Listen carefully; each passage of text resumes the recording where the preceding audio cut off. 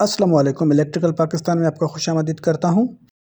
आज हम ये सीखेंगे कि 3 फेस मोटर की कंट्रोल वायरिंग और पावर वायरिंग कैसे की जाती है। इस वीडियो की एंड तक आपको ड्राइंग पढ़ना, समझना और बनाना तकरीबन आपके कॉन्सेप्ट्स क्लियर हो जाएंगे। और इसमें जो कंपोनेंट्स यूज़ किए जाते हैं वो कैसे और क्यों यूज़ किए जाते हैं। तो बिना टाइम ज़ाया किए आइए हम शुरू करते हैं।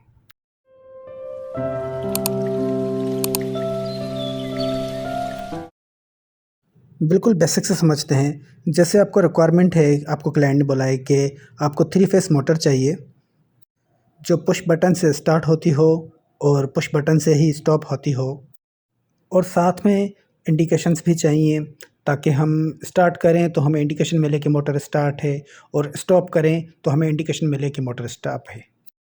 तो सबसे पहले हमें चाहिए होगी एक 3 फेस मोटर। अब मोटर 3 फेस है तो लाजमी सी बात है कि हमें पावर सप्लाई भी 3 फेस में ही चाहिए होगी। हमने 3 फेस ले लिया, हम इसको रखते हैं, इसको रोटेट करते हैं और फिर हम इसकी कनेक्शन करके देखते हैं कि क्या होता है। अब हम इसको प्ले करके देखेंगे। मोटर चल रही है, गुड हो गया। अभी एज़ पर रिक्वायरमेंट ये हमें मोटर जो चलानी है वो पुश बटन्स पे चलानी है। तो सबसे पहले मैं ये कनेक्शन काट देता हूँ और मैं ढूंढता हूँ 3 पिन कॉन्टेक्टर। ये देखिए, ये नीचे लगा हुआ है पुश बटन एनो मतलब नॉर्मली ओपन। पर सबसे पहले हम लेते हैं 3 पिन कॉन्टेक्टर ताकि हम स्टेप वाइज समझ सकें। और अगर आप गौर करें तो कॉन्टेक्टर 3 पे ये लिखा हुआ है। चलो इसको हम अपनी जगह पर प्लेस करते हैं ताकि दिखने में भी अच्छा लगे। इसको करते हैं हम थोड़ा जूम और करते हैं इसकी कनेक्शन।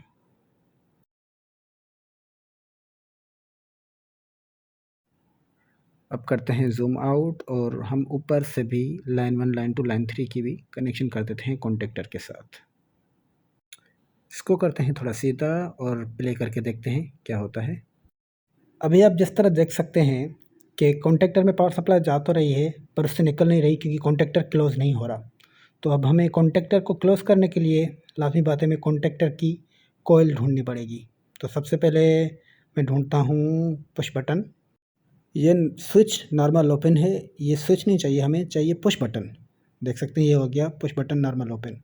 ये हम इस वक्त इसको यहाँ पर प्लेस करते हैं, थोड़ा जूम आउट करते हैं, इसको थोड़ा अच्छे से प्लेस कर लें और फिर हम ढूंढते हैं कॉन्टेक्टर की कॉइल। ये कॉन्टेक्टर की कॉइल जो होती है ना, ये कॉन्टेक्टर में ही लगा होता है, उसके ए और बी पॉइंट्स होते हैं। ये हमने ले लिया और हमने रख लिया इधर। अब हमें पुश बटन नॉर्मली ओपन तो मिल गया, अब हमें चाहिए पुश बटन नॉर्मली क्लोज ताकि हम क्लोज भी कर सकें मोटर को। ये आ गया पुश बटन नॉर्मली क्लोज। इसको हम थोड़ा ऊपर करके रख लेते हैं इसकी सीट में ताकि अच्छे से दिखे। सेटिंग कर ली।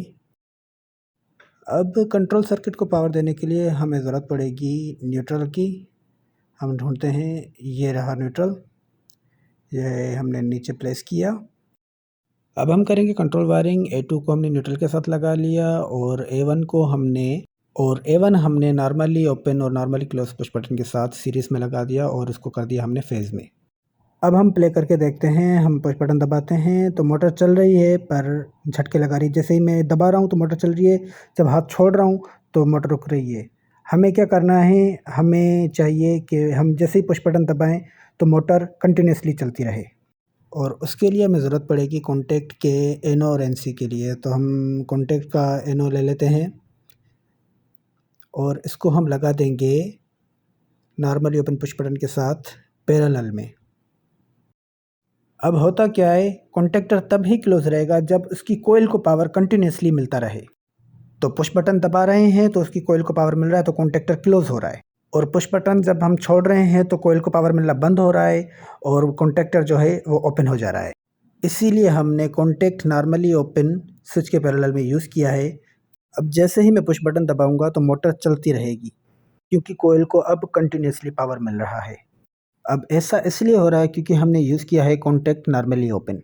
अब कॉन्टेक्ट नॉर्मली ओपन इस तरह से काम करता है कि जैसे ही कॉन्टेक्टर के कोयल को पावर मिलती है तो कॉन्टेक्ट जब नॉर्मली ओपन होता है तो वो क्लोज हो जाता है, और जो कॉन्टेक्ट नॉर्मली क्लोज होता है वो ओपन हो जाता है। चले फिर आगे बढ़ते हैं। अब हम ढूंढते हैं एक पायलट लैंप जो कि हमारे काम आएगी मोटर की इंडिकेशन के लिए कि मोटर ऑन है या ऑफ़ है। न्यूट्रल को करते हैं हम रोटेट और इसको थोड़ा इधर रख लेते हैं ताकि ड्राइंग अच्छे से दिख सके। पायलट लैंप का हमने X2 लगाया न्यूट्रल के साथ और X1 हम कनेक्ट करते हैं पुश बटन के साथ। इसको थोड़ा नीचे कर लेते हैं और फिर प्ले करते हैं, देखते हैं क्या होता है। हमारा पावर सप्लाई आया, हमने ऑन की, मोटर हमारी चल गई और हमारी इंडिकेशन भी अब आने लगी है, देख सकते हैं। पर इस तरह की वायरिंग हम तब करते हैं जब हमें एक ही इंडिकेशन की ज़रूरत हो, कि यानी कि मोटर ऑन है या ऑफ़ है, और हम जज कर सकें कि अगर लाइट जल रही है तो मोटर ऑन है, लाइट ऑफ़ है तो मतलब ऑफ़ है। पर अब हम यहाँ पर लेंगे एक और पायलट लैंप।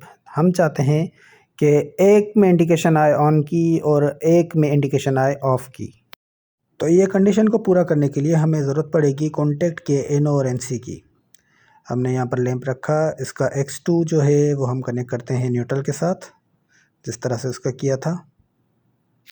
और फिर हम ढूंढते हैं कॉन्टैक्ट का NO और NC। कॉन्टैक्ट NO और NC हम इसलिए ढूंढ रहे हैं ताकि जैसे ही कॉन्टैक्ट क्लोज़ हो तो जो NO वाला है, ये नॉर्मली ओपन है, वो क्लोज़ हो जाए, और जैसे ही वो क्लोज़ हो कॉन्टैक्टर, तो जो नॉर्मली क्लोज़ वाला है ये वाला, ये हो जाए ओपन। अब ये काम कैसे करेगा वो मैं आपको दिखाता हूँ। इसको थोड़ा सेट कर लेते हैं। अब जो ये पायलट लैंप है इसको हम कनेक्ट कर देंगे कॉन्टैक्ट के NC के साथ, और ये दूसरे वाले को हम कनेक्ट कर देंगे कॉन्टैक्ट के NO के साथ। NO को और NC को हमने कनेक्ट किया फेस के साथ। एक सेकेंड, तो प्ले करके देखते हैं। बट वेट, एक गलती हो गई।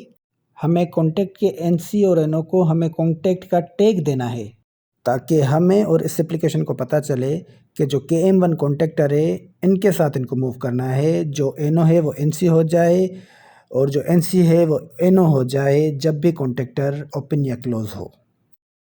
अब आप देख सकते हैं कि यहाँ पर क्लोज़ की इंडिकेशन है, और जैसे मैंने पुश बटन दबाया तो ये आ गई ऑन की इंडिकेशन और मोटर भी रनिंग में है। इंशाल्लाह जो दूसरी वीडियो बनेगी उसमें हम थर्मल ओवरलोड रिले लगाएंगे और उसके साथ उसकी इंडिकेशन भी लगाएंगे, और हम मेक श्योर करेंगे जब भी मोटर ट्रिप हो तो हमारी मोटर ट्रिपिंग के दौरान ऑन ना हो सके। और अगर इस वीडियो में अगर कुछ चीज़ समझ नहीं आई है तो आप इसको रिपीट में देखें या फिर कमेंट में मुझसे ज़रूर पूछें। जज़ाकल्लाह।